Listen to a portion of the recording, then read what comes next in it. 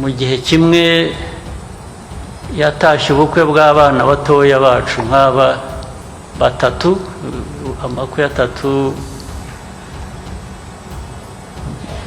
igihe kimwe,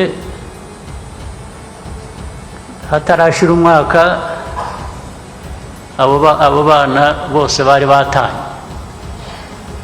Nabisomye ejo bundi kandi ngira ngo ukuntu yabivuze umuntu wabivugaga nibyo, ariko ubwo yavuze batatu, ushobora kuba bari na 30 ahubwo. Bana barashakanye, ababyeyi babo barabashyingiye, ndetse babafashije no barabubakiye, babahaye, basangiye ibyo bafite. abantu babiri bananirwa kubana bate?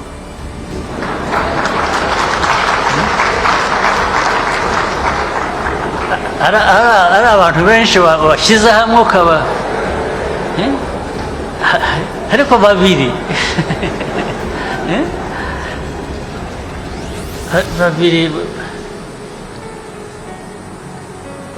erega abantu baranihanganirana.